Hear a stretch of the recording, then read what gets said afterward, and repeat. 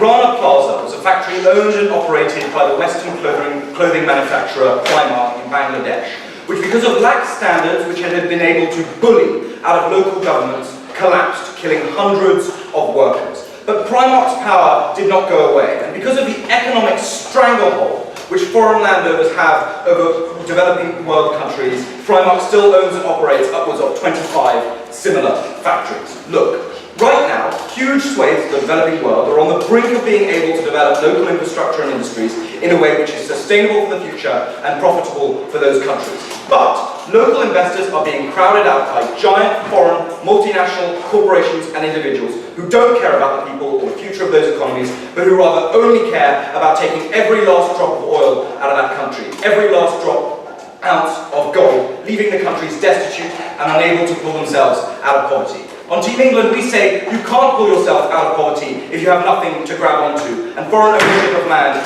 yanks away the bottom rung of that ladder, preventing development. With that in mind, we're bringing you 3 points. 1, why foreign investment harms these countries. 2, how we get better development in the form of local enterprise. And 3, how we increase the accountability of businesses in the developing world. What's our stance in this debate? 2 things. 1, we oppose foreign individuals or foreign-based, not locally registered companies from owning or renting land as a form of 21st century colonialism. We say foreign individuals and fat cats buy up vast swathes of land or national resources like oil fields or rainforests and then charge local businesses to use them or force local people to work for them for pennies. 2, what is our model for development on crop? We think the local people are more than capable of developing this land, and if they did, it would be better in the long run. My first point is about why foreign ownership is bad by comparison to locals. First, because there is a race to the bottom among foreign owners, because the incentives of people who run these large corporations and foreign companies is to threaten countries themselves to do things like lower regulations, that's in terms of workers' rights, and in terms of environmental rights, to do things like lower taxation, to do things like often literally give them subsidies. The reason they're able to do this in a way that locally registered companies aren't is because these companies can threaten to move abroad, to set up industries, to set up businesses and buy land in other countries if the governments don't concede to their demands. Secondly, because foreign owners are more likely and more able to exploit the countries that they're in. That's because these companies, these individuals, have no long-term stake in the countries that they're investing in. They have no incentive to, for example, preserve the existence of natural resources. We tell you on proposition that natural resources are some of the key assets that these countries have. So on comparative, we would actually prefer a slower development in a way which is sustainable and which people who are local actually benefit from. So when BHP Billiton builds a mine in Cajamarca in Argentina, they used cyanide in order to extract the gold from the rocks. The reason they did that was because it was enormously cheaper in the short term. But that cyanide leaked into local river sources, which meant the nearby town of 300,000 people was no longer able to access clean, safe, drinkable water. That's exactly the kind of thing that foreign companies do, at the point when they're A, able to bully governments into letting them do it in the first place, and B, don't care about the locals in that community. Thirdly, foreign companies develop land in ways that are against the incentives of locals. 1, because they tend to import workforces, especially they import for managerial positions workforces from their local companies. That means they have no incentive to invest in infrastructure and education for local individuals. In the most extreme cases, this looks like Chinese companies shipping in workers en masse to build railways, to build roads, not employing locals even a little bit. Thirdly, they take money out of the economy, because the money that these companies that invest in land make gets removed from the economy, goes back to their own companies, goes back to their own countries. Finally, because they develop resources in terms of their own interests and not what's in the national interest, i.e. they might build a railway or a road, but that railway or road is going directly from the mine which they own to the port which they own and doesn't actually help local individuals. Why is this, so let's ask a question. Why, if it's so bad for these countries to have these big investors, foreign investors, why do they let them do it in the first place? 3 reasons. 1, because there is an international consensus around the necessity of multinational companies propagated by the neoliberal global agenda. This is something which we think is just a lie. And nascent economies tend to buy into this because they've seen it work in a few isolated instances, but actually is not beneficial for them in the long run. We prefer a model of countries like China, who by protecting local industries, by protecting local resources, have been able to develop long-term industries and actually have benefited more. 2, because these companies operate in the self-perpetuating cycle. Because once a few big multinational companies have been let into your economy, have started buying land, they drive up land prices in a way which prices out local competitors. So you have no choice as a company but to accept more land. Finally, because these countries are competing with other developing nations, because if a neighboring country uses a multinational corporation to develop, they might develop faster but less sustainably. The problem is, it lowers the worth of the things that you're developing. So as soon as one country in a region, for example, which is developing, uses multinational corporations, uses foreign investment, that makes it enormously easier for them to develop in the short term, which forces other companies to also do that, lest they be priced out, lest they be shut out of those markets, particularly in things like oil, for example, where other companies, by using multinational corporations, are able to lower prices in the short run, which means that the countries have no other choice but to turn to these kind of corporations. Before I talk to you about how we encourage local industries and why that's so good, I'll take a point of information. Would your side of the House not allow an immigrant from South Sudan to own land in Sudan?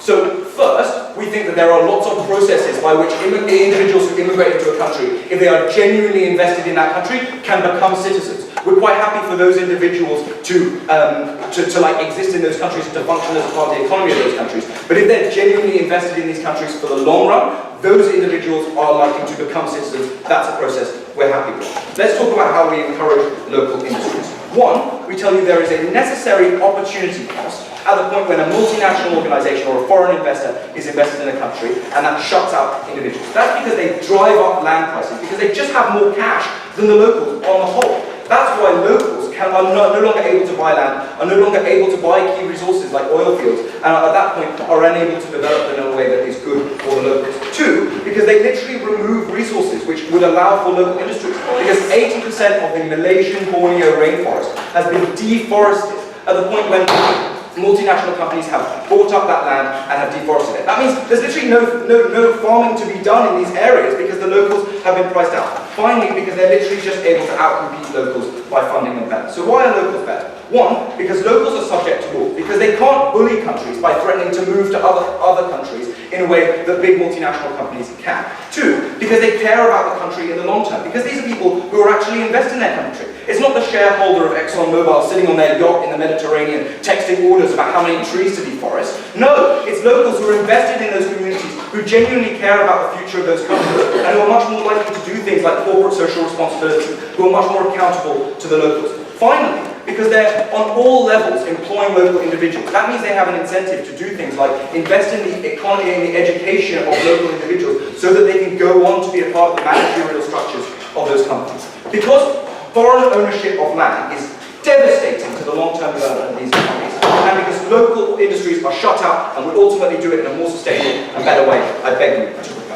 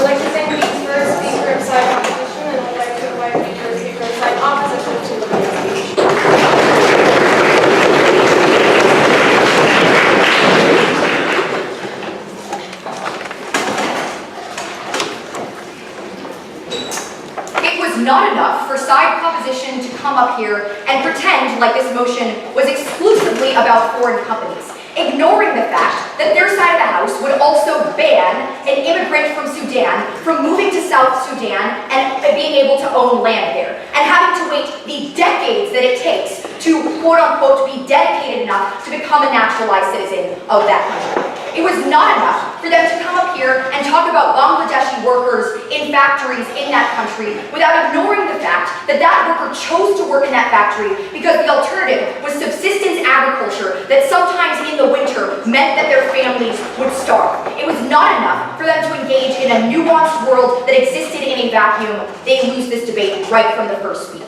Before I introduce some rebuttal to side propositions material, in addition to our first couple of arguments, I'd just like to clarify a couple of things in this round. Yes, this debate does in fact include things like foreign commercial investment, which we will explain are in fact beneficial. But it also, the motion in this round is about allowing foreigners to own land in countries in which they are not citizens. That includes refugees and just regular migrants between countries as well, being able to do things like own houses and own small businesses. They fail to engage on this ground as well. But on commercial investment, just as we would support things to limit harms of, say, ownership of domestic industries in these countries, we would also support things like safety standards and environmental regulations for foreign actors as well. And note that often these regulations come about when there is massive backlash to, yes, sometimes horrific incidents happening in factories owned by Primark and H&M. Such backlash has often actually created movements to strengthen regulations and things like this. So we actually think that regulations are in fact possible. We think that on our side of the house, we are actually better not only for migrants, but also for developing countries. We're incredibly proud to oppose. With that, let's introduce some responses to their first two substantive arguments in today's round. First, that foreign investment harms individuals, and second, basically that local industries are better. These arguments were essentially two sides of the same coin, and we have a number of responses. First of all, we tell you that regulations in fact can solve, that international backlash to massively problematic conditions can solve. But second, this characterization that they tell you of small, boutique local businesses owning massive mines in countries is just a little bit false. It is likely that even if mines and industries like that are owned by the residents of that country, it is probably going to be massively wealthy residents who can do things like buy a mine in a country. They're unlikely to be from the small village that is running that mine and are likely to suffer from some of the same structural problems that they identified with foreign investors on their side of the house. This was simply not unique and a very misleading characterization. But third, even if there are some problems with foreign investment in terms of regulatory standards, we tell you that the comparative is worse. There is actually quite a reason, and their assertion that, neoliberal ideas that foreign investment is bad or a lie was a little bit assertive, because we tell you that the scale of foreign investment is just way, way, way larger than any possible scale of local investment that can exist on our side of the house. The amount of industries that you can create and jobs that you can create is just way, way larger on our side of the house. Why is this important? When the scale of investment is larger, the number of, say, factories and industries that you can create to lift people out of poverty and subsistence agriculture, which is the necessary comparative their side has to defend, is much, much larger. And we absolutely think that this has to happen relatively soon, because the longer people are starving in subsistence agriculture, the more they suffer. We're very proud to oppose. With that, let's introduce our first argument that on principle, borders are incredibly arbitrary. This is particularly true in developing countries, many of which have emerged from post-colonial societies. Their borders are particularly arbitrary because they were often drawn just randomly by external actors. Take the example of the Sykes-Picot Agreement, where the former Prime Minister of our lovely opponents on the proposition, Winston Churchill, literally took a napkin and randomly drew the borders of the Middle East. It ignored ethnic lines and the true borders of what these countries should be, and were essentially effectively random. Similar things happened with the partition of India, the partition of Africa, and this is true of much, if not most, of the developing world. Why does this matter? We don't think that individuals living within countries have an unlimited exclusive right to property simply because you were born 1 mile east of the line that says this is where one country ends, this is where one country begins. This is particularly true with immigration between nations in the global south, immigration between nations like Algeria and Libya, between nations like Sudan and South Sudan, where the distinctions, frankly, between these countries are entirely arbitrary. They have to defend this as well. It was not enough for them just to talk about foreign investment. But our second idea on this argument is about diaspora groups. In an increasingly globalized world where there is much more immigration, either because of things like conflict or just because migrants from, say, India and South America and Japan want to move to other countries for more economic opportunities, they may become naturalized citizens of those other countries and technically be foreigners, but would not be able to move back to the country from which they are from and actually own land there. We think this is is incredibly problematic. But with that, let's introduce our second argument about how we actually improve the economies of developing nations. Before that, go.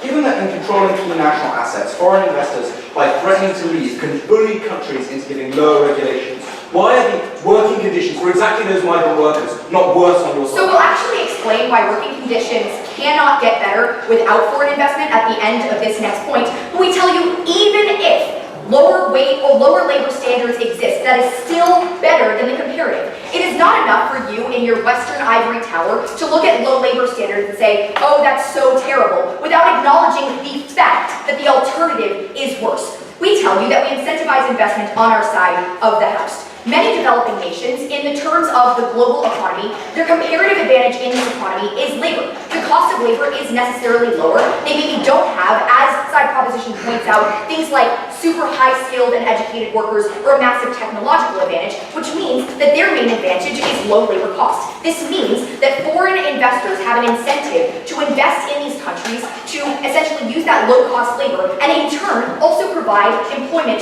to workers in those countries. This happened in Vietnam, which prior to a lot of foreign investment by the West and by China was largely agriculture-based and suffered from tons and tons of poverty. With the advent of this kind of investment, yes, maybe labor standards aren't up to Western snuff, but the fact of the matter is this lifted tons of people out of poverty. Also take the example of India. The most impoverished regions in India are rural areas outside of cities without foreign factories. These are the poorest areas where in the winter, when your food doesn't grow, you literally have to watch your family starve. One of the most successful aid programs and poverty alleviation programs in India is literally a program to transport people from rural areas to the cities so that they can get jobs in foreign factories, which exist in much larger quantities on our side of the house. Yes, workers do complain of crowded conditions and long hours, but return year after year after year because the alternative is watching their families starve. Because the alternative is a father giving his dinner to his son knowing that it's not enough. It was not enough for Team England to exclusively focus on low labor conditions and completely ignore the comparative. We give you a much more holistic, nuanced story. But we also tell you, at the point where people can do things like put food on the table and not worry about fulfilling their basic needs, they can do things like invest in education and technology. There is room for them to gain a comparative advantage in these areas as well, which means they no longer need things like super low labor costs. We tell you that investment is a necessary prerequisite to improving labor standards and to improving the plight of developing countries around the world so proud to oppose.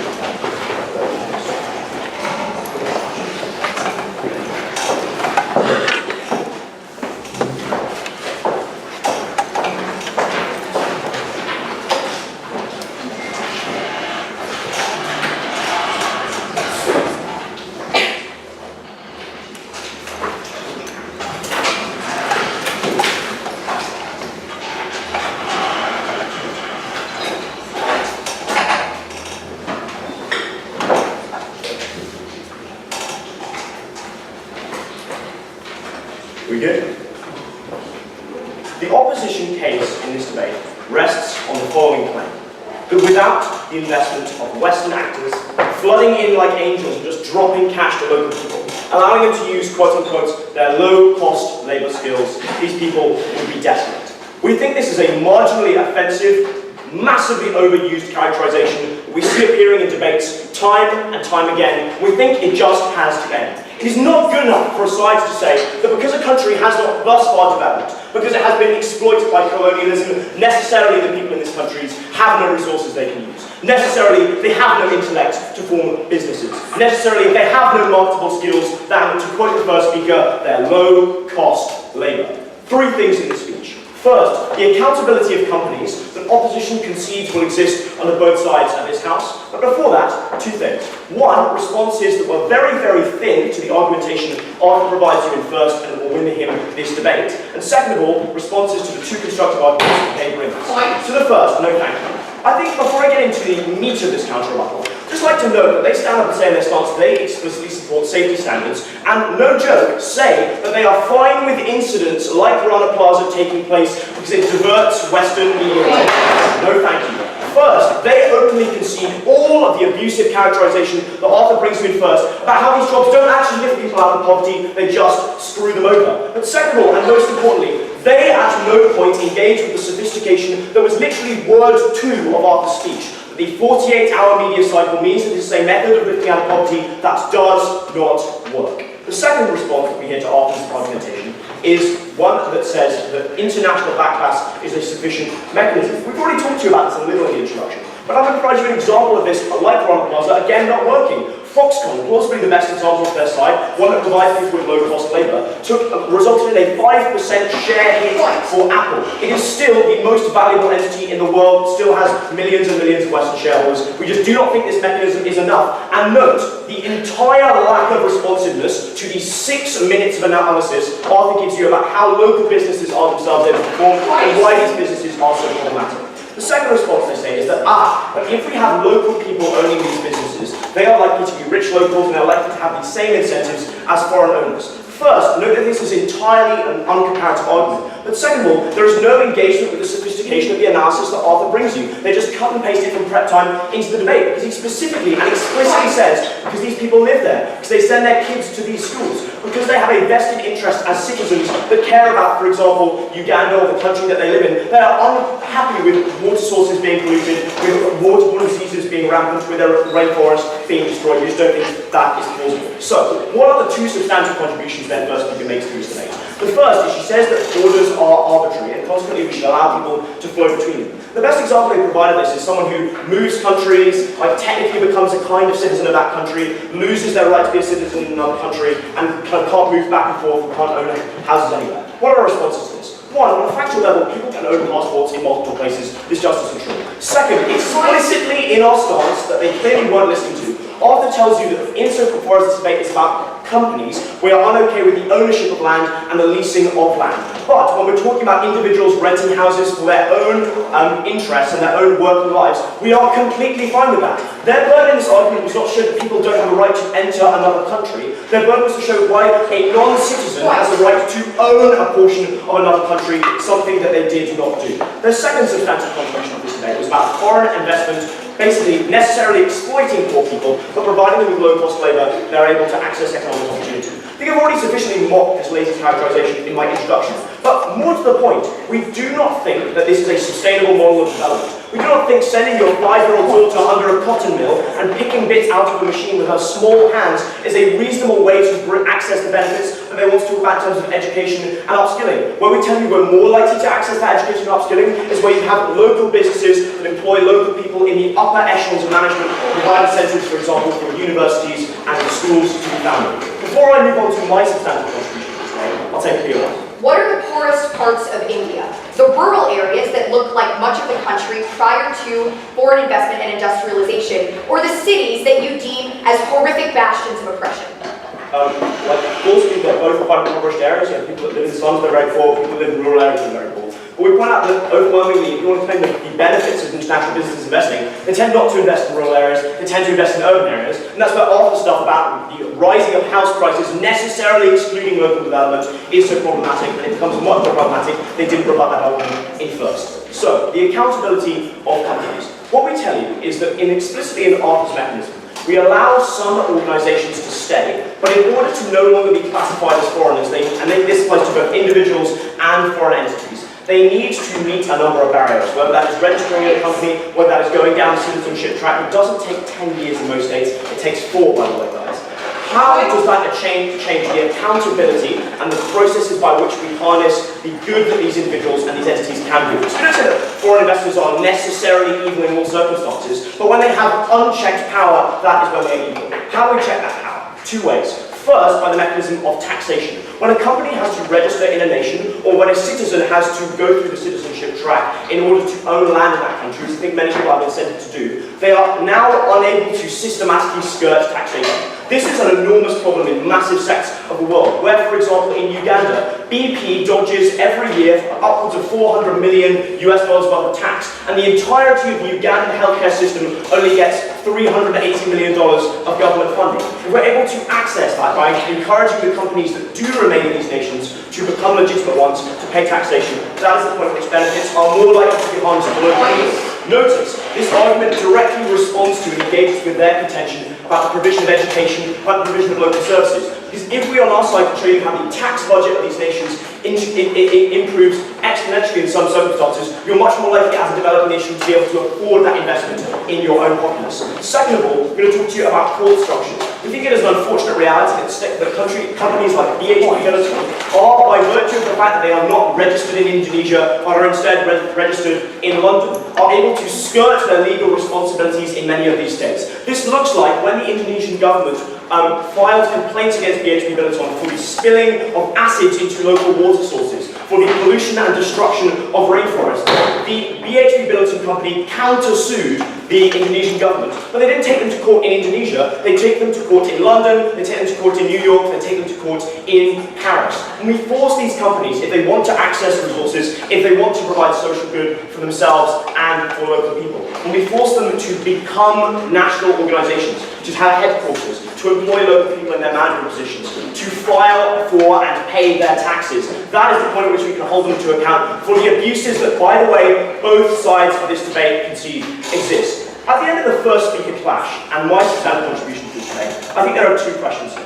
1, do people that do not live in and are not citizens of a nation have a right to buy a portion of that nation? We think they give you no logic to suggest that's the case. But when we tell you that the ability to buy up another nation often has enormously pernicious consequences, hijacking natural resources, forcing local people into what borders on slave labour, that is the point at which this debate must rest with proposition. But it also rests with proposition. With 6 minutes of material from our first prop, do not receive a response. Vote for it.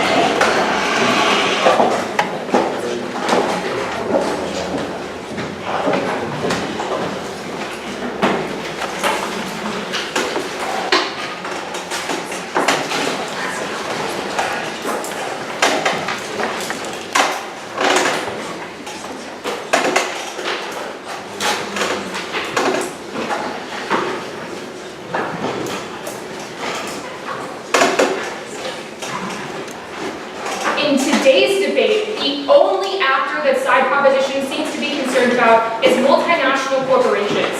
Team England ignores what Ella makes clear. In many countries, it does take decades to become a citizen, and even if it's 4 years, we think that is too long for an immigrant to have to wait to get a house or own a tract of land. Only a handful of countries allow for dual citizenship, perhaps it's true in England, but not in the rest of the world. We think it's very fitting they completely ignore our first argument on the fact that a lot of borders are arbitrary, and they may have sufficiently mocked our second argument, but they failed to engage. The lack of response is why we are so far ahead in today's debate. In this speech, I'm going to be doing two things. First, I'm going to be engaging with everything we've heard so far coming out of the proposition, before then delivering our third substantive argument, that land is essential for displaced populations. But now, let's get into what side proposition has told us in the debate. Side proposition claims that multinational corporations are engaged in a race to the bottom to pursue lax regulations. Their heart of their argument is quite simple. They tell us that multinational corporations have so much money, they can bully developing countries into submissions. We have a number of responses. First off, worker regulations were lax to begin with. In fact, regulations are often implemented by developing governments in response to actual problems that arise with multinational corporations. Why is this the case? Ella already brought to you the idea that backlash has led to companies like Forever 21, for example, increasing oversight in their supply chains by the companies, and it encourages local governments to implement regulations in response. Why? We reject the characterization that developing countries are so helpless in protecting their workers. For example, in response to their contradictory use of Chinese projects using foreign workers in Egypt, the Egyptian government implemented a law that for every 1 foreign worker, 9 natives must be employed. We think the Chinese projects continued, and the Egyptian people who faced high levels of unemployment then were able to gain money to actually feed their own families. Governments have an incentive to do this, and companies have an incentive to stay. The second response we have is that poor land ownership is necessary to develop things like infrastructure. Remember, on scale, foreign actors will always have more resources than local communities. Ella makes this very clear. They simply say, we are not engaging. That was not a response to what we tell you, that rather, having foreign actors is the only condition to which this is going to be possible. First, because they have things like higher levels of technological innovations, but secondly, we think they on scale have net more resources. But now, we think, why do foreign actors have an incentive to do this? Building schools so workers are literate or building hospitals so workers are able to work directly benefits the project of foreign companies. Analytically, this is why China has created over 500 hospitals and schools on the continent of Africa. Our third response is that building schools, hospitals, and even simply employing workers is a prerequisite to gaining worker rights. When workers are educated, fed, literate, and can afford healthcare, only then can they advocate for workers' rights. Let's be clear, on their highest ground, we think having any amount of money is better than the alternative that Ella gives you, which is none at all. We gave you the example how in rural India, every single year workers choose to return to foreign-built factories in the winter because the alternative is starvation. For example, building a bridge owned by a different country means that a farmer can get from point A to point B where they could not do so before. But now, let's answer this third argument on the idea of skirting taxation. Large companies are systematically able to skirt taxation in every country, including developed ones. This is simply an argument for why foreigners shouldn't be allowed to own land anywhere, not specific to developing countries. But what was the comparable analysis that we give you underneath this point that went uncontested? They did not contest the fact that in many cases borders are arbitrary. For example, with the Sykes-Picot Agreement, where Winston Churchill literally drew the borders for the Middle East on a napkin. The reason why this is so important is because we think there was a lack of engagement on another actor they completely ignored in the debate, namely immigrants, for example. We think that in these cases, it is really important for them to be able to return to countries where they once lived but would not be considered a citizen. The only real response you get is that they say they encourage people who are dedicated to that country gaining citizenship. We think any amount of time that has to be actually pursued is one, going to be pretty long, and secondly, it's still going to be pretty dangerous for the individuals themselves. At the end of the day, we think they ignore the fact that in many cases, multinational corporations do in fact help workers. They do in fact help workers to feed their families, and we think regulations can still be employed even on their highest grounds. Before I go on, I'll take a point. One of the reasons developing countries need high amounts of resources in order to develop is the high land prices which come about as a result of competition between foreign investors. Why, when land is cheaper, do you not allow locals to develop industries in a way that is sustainable for the future? Okay, we think that first off, there's an issue of scale that happens where foreign actors can simply develop, in more efficient ways. But secondly, we can still support locals still owning some land. The comparative is not in our world where only foreign individuals own entireties of countries. We think it's a pretty false characterization to do that. And lastly, on this point about resource colonialism, we still think that one, we can actually have more regulations, but secondly, beforehand, in a lot of these countries, they did not have the infrastructure to gain any level of economic benefit in the first place. But now let's go into our third substantive argument, that land is essential for displaced populations. The reason why this argument is so important is because it brings in a new actor in this debate that side proposition has ignored entirely. Let's examine the context in which we live. We live in a world with over 60 million refugees. These are families and individuals who have been forced out of their states. These are the Syrians whose country is ravaged by civil war. These are the Rohingya, whose president stays silent as the military in Myanmar state carry out genocide and burn entire villages to the ground. And these are Indian families who are forced to migrate because of monsoons and flooding in their family friends. We would say around the world, people have no other option but to leave their home and functionally have no state on which to own land. The impact is compounded by the 20.5 million predicted climate change refugees in the upcoming century. This analytic makes sense considering that we are already witnessing the mass exodus of people who are moving away from coastal and arid regions due to flooding, droughts, and extreme weather. At that point, we are dealing with over 8 million people, largely in developing countries, that characteristically are more vulnerable to extreme weather because of the economic inability to develop adaptive infrastructure, who are currently facing in surrounding states with great political instability. Due to the most significant and critical ways these refugees can survive in their new states is through land ownership. Why is this the case? Many countries where refugees relocate rely on subsistence agriculture, literally meaning that the way individuals survive is largely dependent on the ability to own land to farm or establish a business. For example, Rohingya Muslim populations go to land in Bangladesh to subsist, and countries such as Jordan along the Jordan River or Turkey next to the Mediterranean Sea have high populations of Syrian refugees who similarly pursue land grants in order to have subsistence agriculture. In the proposition world, this mechanism disappears because they would deny them the ability to own the land. The impact is further in states where they don't have the economic resources to solely rely on native markets. Note, this is not a minority of cases. In Lebanon, for example, Syrian refugees now compose 1/3 of the entire state's population. Make no mistake, side proposition would deny the world's most vulnerable the ability to survive and live sustainably. We are willing to wait 4 years for these citizens to actually pursue citizenship. We think these individuals are the most important in today's debate round. They have no alternatives for states to return or be native to, and they have been through the greatest harms and thus deserve the greatest compensation. At the end of the day, they remove not only mechanisms for individual native workers to actually subsist, but they remove the ability for the most vulnerable to continue living. At that point, it is a clear ballot for the opposition.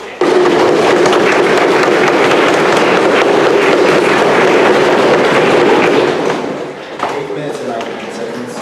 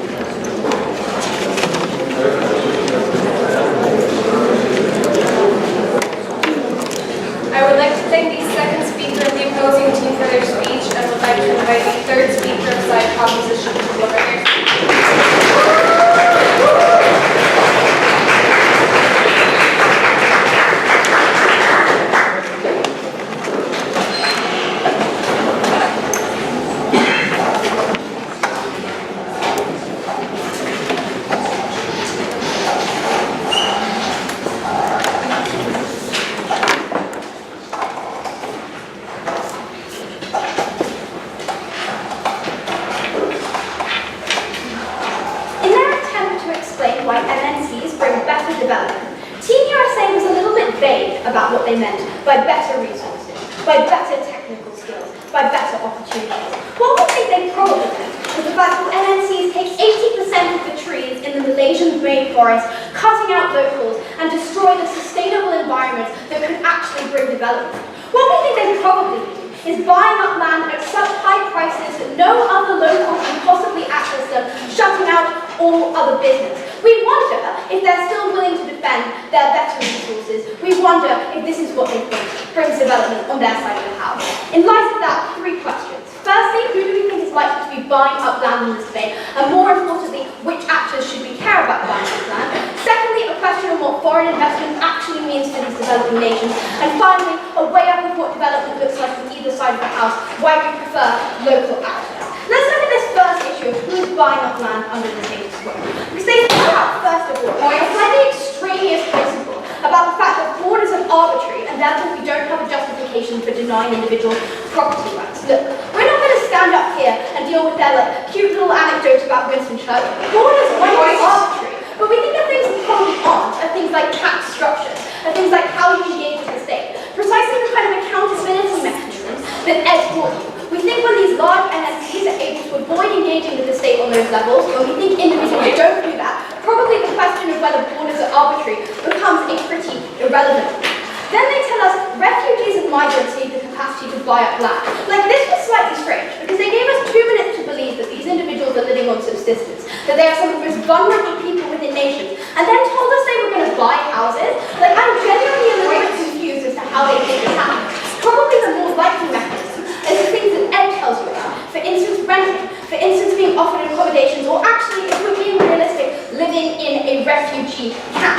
But we also think that when refugees want to live in countries for the long term, or migrants do, they often just do pursue things like citizenship, which we've been happy to support up and down our bench. Then they told us individuals need to be able to, if they want to return to their countries, hold land in those places simultaneously. If they are the kind of war-ravaged, politically unstable nation we're talking about, we're not quite sure why they're returning, but even if they are, we think that things like dual citizenship and double passports exist. Probably need to rethink that one. But look, let's actually be honest at the end of this debate, because we think that we're not, in the majority of cases, talking about migrants. Because if we're to believe their own characterization of individuals in developing nations as living in agrarian economies, as having no capital through which to propel their own lives forward, the idea that they have the opportunity to get on a train, the idea that they have an opportunity to resettle their lives elsewhere, is just something that is absolutely irreconcilable with everything they have told us about these nations. And even if it weren't to the point, we think ultimately there is an important play-up to be made between the crushed economies of nations that we talk about, between children losing their hands because MNCs aren't obeying regulation, and the minor inconvenience of waiting 4 years for citizenship confirmation. On to the second question of what is the impact of foreign investment in the developing world. Look, we think that the first thing that Arthur told you that never really got response was how these nations are able to how these corporations are able to specifically exploit nations by threatening to relocate because of their multinational or transnational status. The only response we got here, and Team US really made a big deal about this, was how much they supported regulation guys. Look, this completely ignores the thrust of Arthur's analysis, which is not that these countries don't have regulation in place, but that they can never impose it. When these companies, crowding out all other local enterprise, are the only economic opportunities they have and are able to continue to exploit them. We never got any responses to Arthur's contention about non-sustainable use of resources, or any reason to believe that the development incentives of these corporations would align with the development of individuals. We presume they concede on this one. If they want to break down the point, it's a little bit late, guys. Then they tell us about the mechanism of backlash. The first issue here is that this concedes a lot of the abuses we told you about. Because seeing as they've tried to prove to us that conditions in these factories aren't as bad as they say, probably backlash isn't the mechanism they want to go to.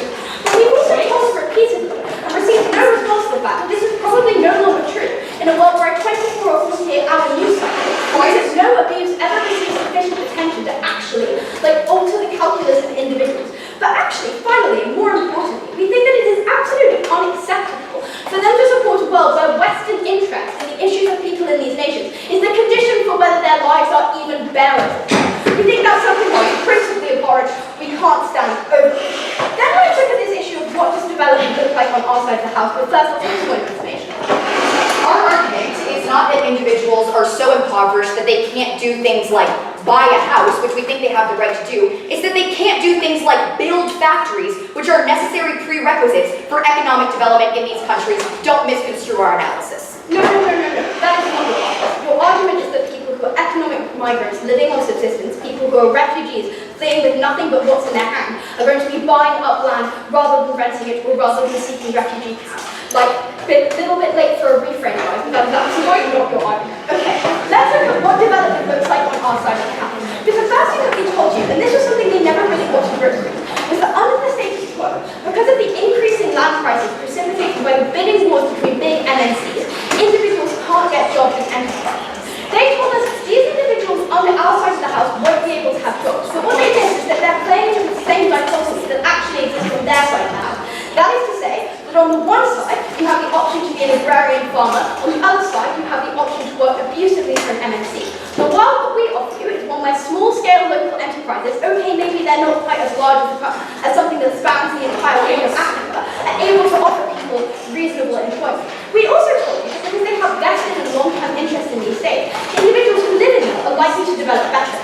We got two responses here. The first thing is this idea of scale. Okay, let's actually break down what we mean by scale, because we think in the majority of instances what they're probably talking about is corporations that have stakes in a variety of different natures. These are likely to be corporations doing things like building railways to link up the ports in their different countries, resources and scales that are inaccessible to most local people, and therefore probably fall out of this debate if their burden is to prove that people's lives get better.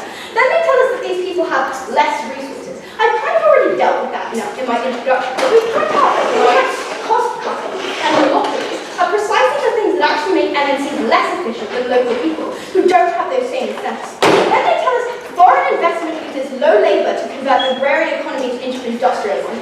Firstly, Evan's already told you why this is a pretty lazy assumption of a pretty lazy characterization of what these nations actually look like. But more importantly, they cannot simultaneously tell us that there is an incentive to upskill the workforces of these countries and that their workforces having no skills is the only thing that draws MNCs in.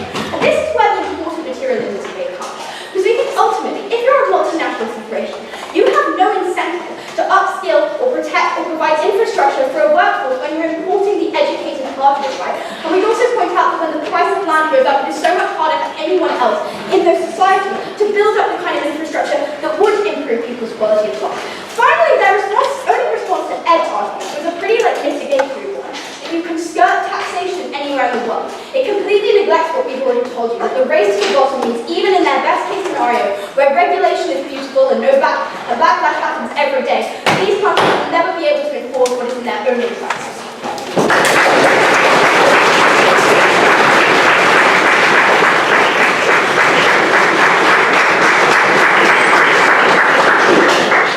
Excuse me guys, can I just interrupt for a little bit? Can I ask for everyone's help to open these windows because we're all going to die here? Please just let's take a 2-minute break to open up the windows, please.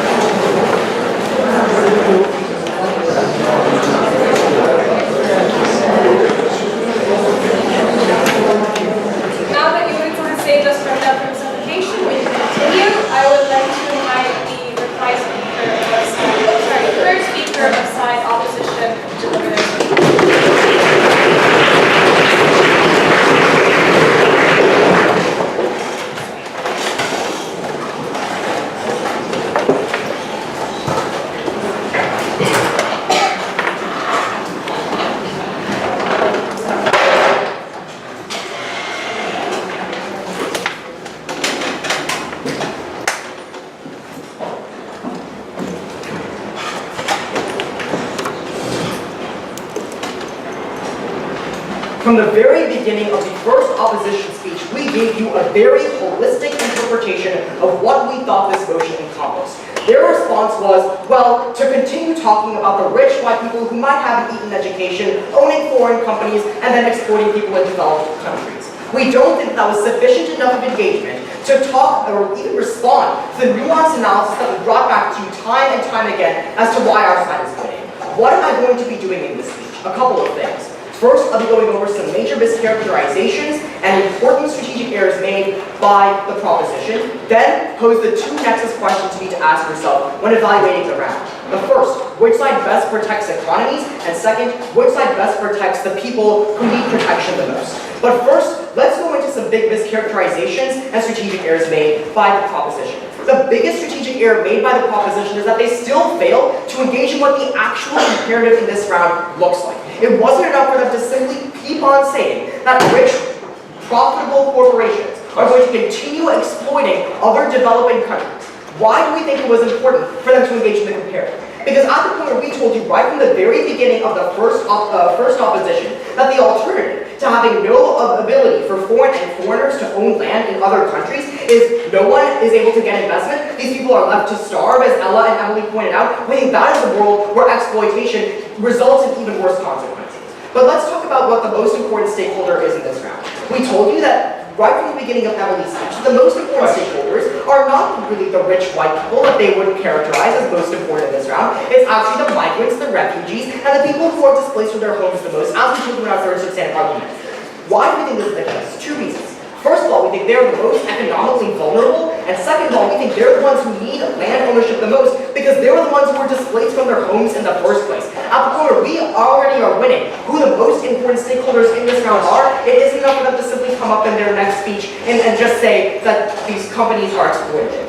Now let's go on to the first question you ask yourself in this round. Which side best protects economies? Now they gave you two arguments really that are two sides of the same coin. What were they? They said, well, exploitation increases and local industries are better. Let's first respond to exploitation. We had a number of them that didn't get sufficient engagement with. First of all, we told you that really foreign investment incentivizes greater investment from other countries into these developing countries who need it the most. Maybe ownership of land, therefore, helps people in a few ways. First of all, we already told you from the first opposition speech that developing countries have a comparative advantage of labor. Their response was, well, that opens them up to exploitation. But remember, we told you that there are regulations that can exist to stop things like exploitation. To which their response was, well, exploitation doesn't work, regulations don't work because these other countries just don't have incentive to follow them. Remember the incentive analysis that Emily gave to you in her second speech that explained why regulations will work. We didn't just list off one example and call it an argument about how regulations work. We told you that these countries, namely examples like China and India, do have incentive to try and improve work regulations. Why was this the case? Because when you improve regulations and improve labor standards, that one, increases the likelihood that people will still work for the companies that they say are so harmful, but two, it gives them the ability to access better labor conditions that will ultimately make their company more productive and thus more profitable. We think that regulations can certainly still exist on our side of the house. It's very important to try and force us to defend exploitation. But third of all, even if you buy some exploitation does happen, we think that it's reasonable ground for us to argue from the very first opposition speech that not only do regulations exist, but that the comparative is infinitely worse. We honestly want to clarify what our characterization of developing countries are. We don't think that developing countries want to just stay developing and want to be exploited. They ultimately want to become a developed nation. And so in that sense, when foreign land ownership is one of the most viable avenues to get to that idea, we think that ultimately, the only option is to oppose. But let's go on to the second argument that I told you about how, well, land prices will increase, and that basically increases the likelihood of economic downturn. We had a few responses. First of all, we told that the places where foreigners, or like foreign companies, which they want to focus on, are most likely to invest, are places that are most likely after the investment to urbanize. And they tell you, though, in rural areas, prices for land will increase. We actually contest that. We think in rural areas, prices will still remain cheap, because why is this the case? We think that when cities within these developing countries urbanize, that doesn't automatically mean that lesser developed rural cities will have to jack up their prices to compete. We don't think that was the analysis that actually warrants the response. What we told you is that rural areas that oftentimes don't have as much resources, oftentimes have to keep prices low to attract more investment to their own rural cities. Why do we think that's important? Because we have to analyze the scale of the comparative. We told you that the scale of investment that is received from foreign individuals, the companies that they talk about, is much greater than any local industry that they could prioritize. Their second substantive argument is hung completely on the idea that local companies are able to thrive and help the country's economy overall. We think the scale of investment, the scale of the money that these local companies are able to accrue is so minute in comparison to the scale of investment that foreign multinationals are able to offer that on that comparative analysis alone, they lose the debate. What are we telling on our side of the house? We told you that when multinational corporations have an incentive to invest, that means that they have the ability to improve working conditions on our side of the house. If they want to talk about exploitation, if they want to talk about lax standards, then you default to the opposition. Why? Because we told you that the prerequisite to get better standards, to get better economic development, is to have an initial stimulus from that foreign investment. What do we hear in response? Very little. Second question of this debate. Which side best protects migrants and refugees, the stakeholders that really matter? Before I get into it, I'll take a look. Given the structural reasons that foreign investment shuts out local businesses, why, when foreign investment isn't allowed, won't local economies be allowed to develop from your horrific, starving alternative? Okay, this is again where we beg you to engage with the comparative. Because what we told you is that when foreign companies are not allowed to invest in these developing countries, that means that these developing countries' ability to try and get more money to build up their industries is very minimal. Why is this a problem? Because since these local companies just don't have as much resources compared to their foreign counterparts, that means the likelihood they'll be able to inject enough cash to build up their economies is very low. That's why on the comparative we're winning, because we give the prerequisite need for greater investment that foreign companies have in order to try and boost up these developing countries' economies. On the second question, this is where the third substantive argument comes into play about lax tax regulations. But we had a few responses. First of all, we tell you that, well, a lot of countries, especially the developing world, still have an incentive to impose regulations to prevent things like tax fraud. But second, even if you take their third argument at its highest ground, it's an argument for better regulations, not an argument for why people shouldn't own land, or why foreigners shouldn't own land. But even if standards are low, we tell you the comparative is worse. What are we telling on our side of the house? We told you that in our first and third substantive arguments, that the arbitrary borders that are drawn by these foreigners into these developing countries are essentially preventing them from gaining greater opportunity. Now they say, well, we gave you a cute example. I'm sorry, but we didn't think it was cute when borders were imposed on existing people. We thought it was devastating for the families who were split apart that now cannot buy land in their home states or the states that they moved to on their side of the house. The comparative is the most disadvantaged people who we both agree need to be protected in this round. The most vulnerable to losing their homes, the most vulnerable to economic inequality, are the ones who will lose out on their side of the house. At the point where they don't do anything to protect them, we take this debate. Their only response to this idea of arbitrary borders was that, well, dual citizenship can still exist. First of all, that's a vast minority of cases. Very few countries offer that. But second of all, they literally just told you in their second prop speech that these people can still wait for 4 years to get citizenship. Tell that to a Syrian refugee who is now living in Lebanon, desperate to have a home. We think their responses to our principled argument are flippant at best and not engaging with our actual analysis at worst. As a whole, we told you we protect the people who need it most while protecting the economies of these developing countries. That's why we'll vote.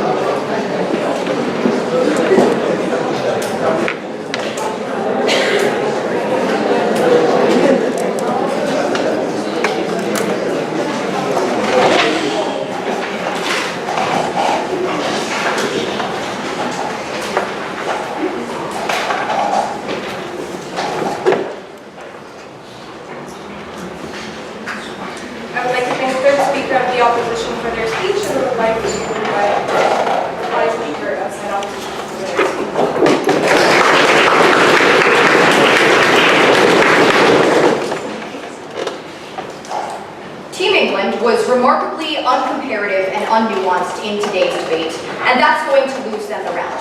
I have a lot to get through, so I'll just jump right into our two questions.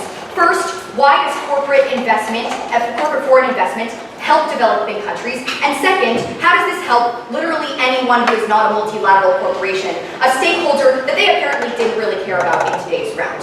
But first, let's talk about how foreign investment does in fact help developing countries.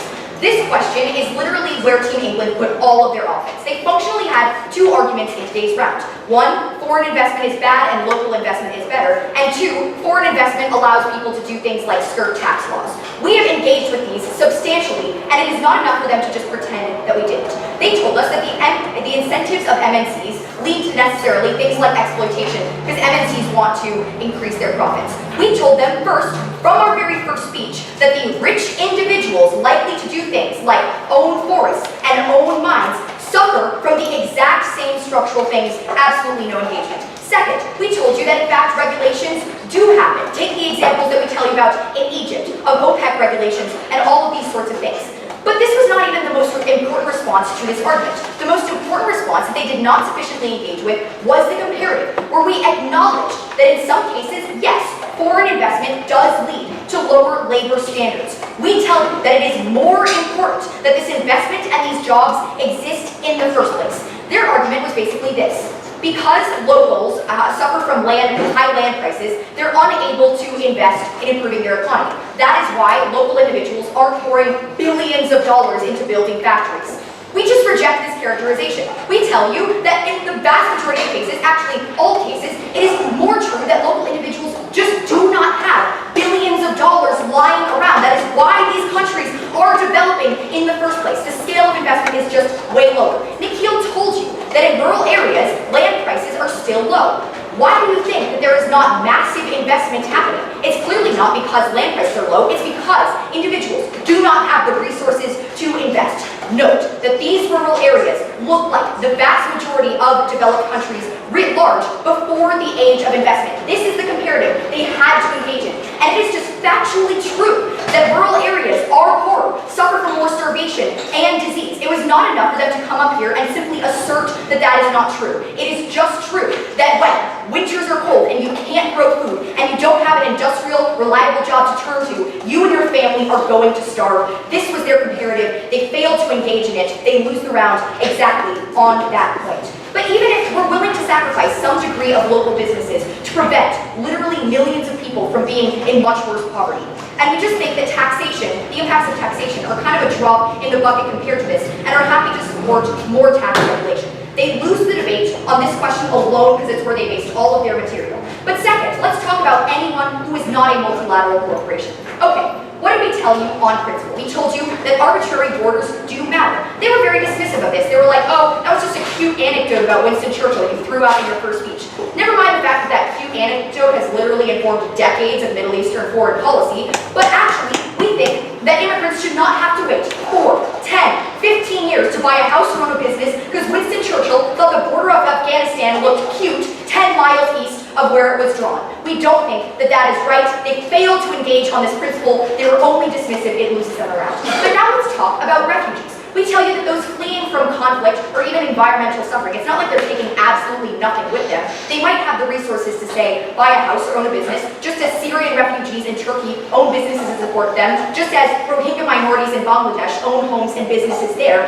We don't think they should have to wait 4, 10, 18 years to do this either. And we think that their mischaracterization and dismissiveness of this argument is incredibly problematic. Note that these are 60 million people, the most vulnerable in the world, care about them, care about everyone in developing countries to vote for the opposition.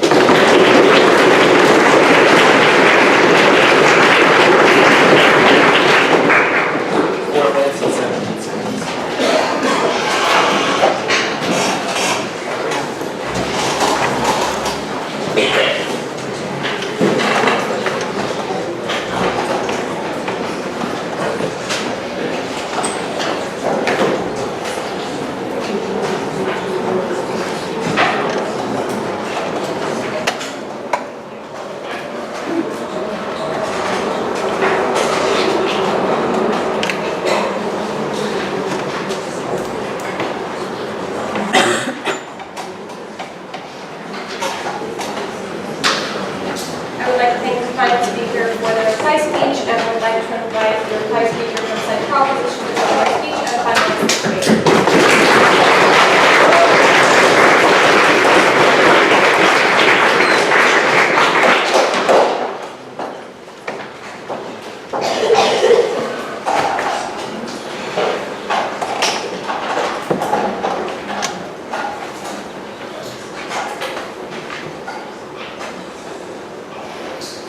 By third, the opposition case in this debate was that you need start-up cash to develop economies, otherwise they're left as subsistence farming.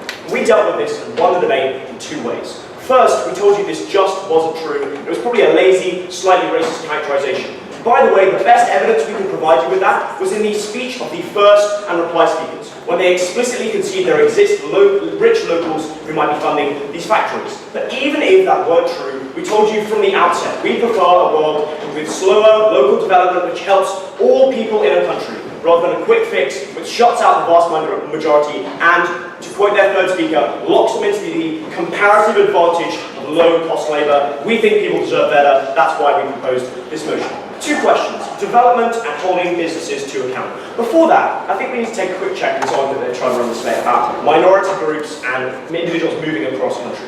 We focus this debate on businesses and rich individuals because we focus this debate on the people that actually own and buy land. That is people that are rich individuals that purchase second homes. That is rich individuals who can afford to buy a house, because God knows most of team proposition and opposition can't afford to buy a house themselves. But most importantly here, they come back and say in human reply, some people can afford from minority backgrounds because they run businesses to own houses. We told you that was an overwhelming minority. But the reason this argument cannot win the debate is because they never proved why non-citizens have a right to buy a portion of another country rather than simply renting it and co-opting all of the benefits of having a house. First question on development. Often tells you that multinational organizations do three things. They own your national resources, which shuts out any opportunity for future development. They only ever employ you in a subservient capacity. They don't employ you as managers or executives, so they don't send you to school, they don't send you to university. Third, it tells you they hike your land prices. That means that any local opportunity is shut out. We then told you that local owners, one, don't do this because they live in these areas, and second, they don't do this because they cannot move overseas. So for their first, second, and third speakers to say, oh, well, rich local people will do this too, is not only not engaging, but a direct tension with their own case, where they say there is a lack of startup cash. If there are rich locals, there is startup cash.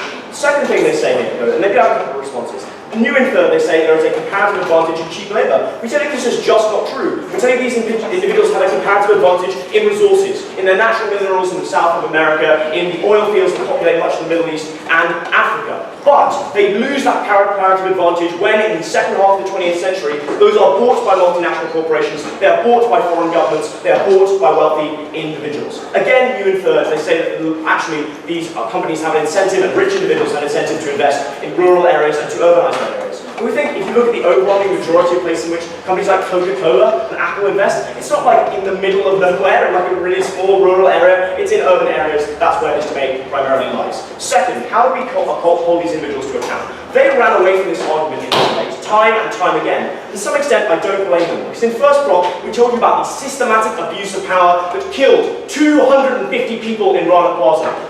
Something they concede and indeed want to happen more often, in the words of their first speech, because it is an accountability mechanism. What did we tell you here? First, they said that regulation can happen, but that ignores the sophisticated material that Arthur forgives you. That by virtue of the fact that multinationals can go everywhere, and they want, and second, of their ability to hold your local governments to account, because they literally own your mines, they own your islands, they employ an enormous amount of your population. Because of that, we structurally cannot hold them to account. No response there. But we told you that when we encourage these businesses to play by the rules, we reap a load of benefits. We told you about taxation. They said, oh, well, these businesses will avoid taxes anyway. Not an argument in response to the fact that actually some of these businesses probably won't avoid tax and we legally require them to pay them. But in our second speech, we told you about international legal systems rigged in the favour of multinational corporations and argued they did not rebut. If you believe someone has a right as a rich, affluent individual or a multinational corporation to own a portion of another country and hold the local people to ransom, maybe you're voting for side opposition. But somehow, I doubt it.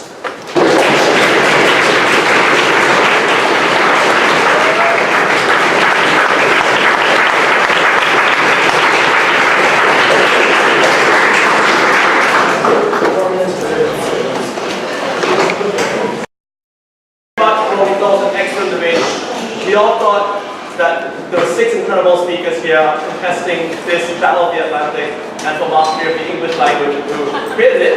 At the end of the day, things like style, excellent across the board. Lots of really good use of imagery, of rhetoric, and of nuance. And I think actually did end up playing a role in the way we viewed arguments in the round. And I'll get to that in just a second. what I will say is that despite an excellent debate, one team just had progress, and in a 5-2 split, the team that is progressing in this debate is Team England.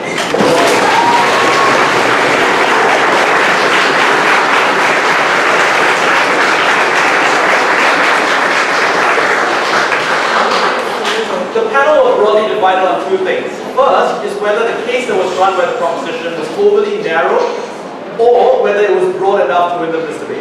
The judges that gave it to the proposition eventually felt that they were, despite their narrow focus on their needs, able to justify why they were focusing on this group because of the consequences that would have for the countries they were in and because they were the ones more likely to purchase land. 5 judges in the majority eventually felt that Prop was able to respond to individual opposition arguments about refugees or economic migrants by observing things like the ability to rent a house to achieve much of the same outcomes, or the fact that some of these people would not have money to purchase land anyway. While we thought these responses were at times flippant and potentially even dismissive, they were proportionate to, I guess, the level of care that the opposition team had spent building some of these arguments, which at times were principles that were asserted as well. So it was hard to see a margin of victory emerging in the team. That being said, the judges who gave it to the opposition felt otherwise. They felt that these extensions were valid and needed in the debate, that they were clearly crystallized and consistently pushed down the line, and that the proposition responses were dismissive. So, judges, again, either thought this was extremely close, or if it did marginally go to one side, it did end up going to the opposition. The second issue had to do with the clarity and the engagement with the two different models of economic development that were at play here. And part of the reason why this clash became hard to adjudicate is because both teams were, at times, leaving a lot of their accusations and engagement, or their own constructive arguments, extremely implicit. So for example, in the proposition case, a lot of their arguments are based on the fact that there are harms in the status quo without much of a thorough explanation as to why these harms disappear in the alternate world they stood for. That being said, we thought Prop was at times guilty of this as well. For example, when talking about the benefits of scale, without elucidating why that scale is unique or what that would concretely mean going forward. So again, it's not that both teams did not have these elements of their case. It's that different judges weighed them up differently based on how intuitive or how clear they felt they were. Second of all, some judges also felt that style, while well executed, at times was used exclusively to back their own case as opposed to giving substantive and evolution-based responses.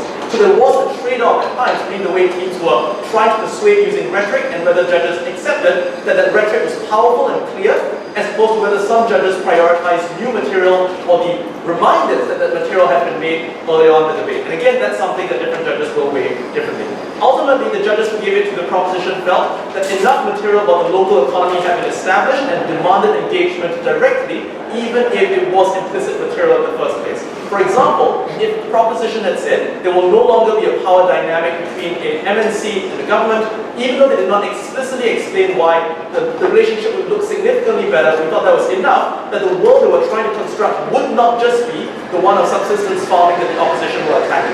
Conversely, if you went with the opposition, we thought that the clarity of that comparison was better set up from the beginning. That it was clear what the world, the urban and the rural, between the MNC and the farmer would look like, and that the loss of scale as a benefit was intuitive enough and well explained enough to outweigh the stuff on the prop side. That's broadly why the split occurred. We agreed largely on how the issues panned out, how close they were, but different judges weighed up different outcomes and different strategies differently, which I think is befitting of great debates. For all those reasons, I'd like to invite everyone to give a large round of congratulations once again.